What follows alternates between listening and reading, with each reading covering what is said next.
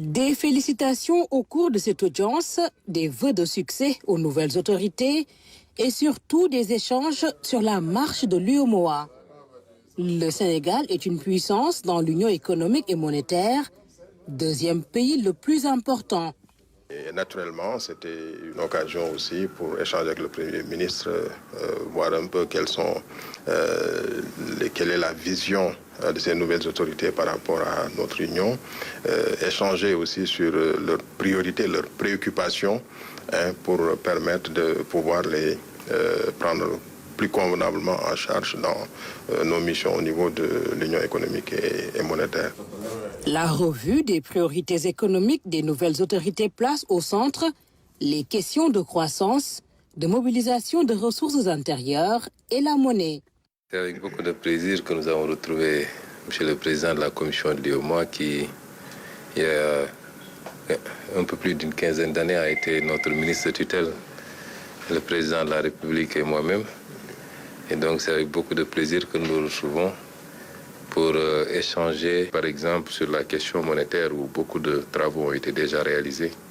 Des initiatives avaient été prises dans le passé. Il y a eu quand même des avancées.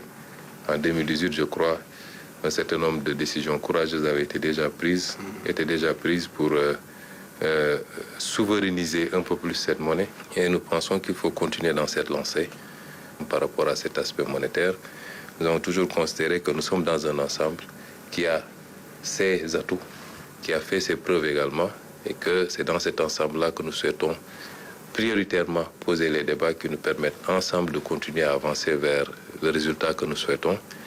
Un mot résume les enjeux pour l'État, souveraineté, la finalité, un mieux-être des populations.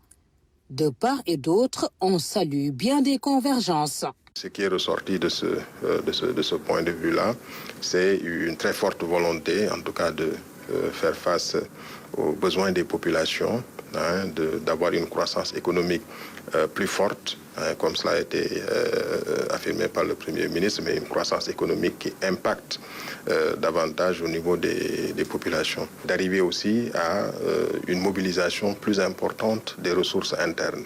Et cette préoccupation, elle est également celle de la Commission de l'UEMOA, celle de l'Union de façon générale. Le fondement de notre programme qui nous a fait élire par les Sénégalais tourne autour de la question de la souveraineté.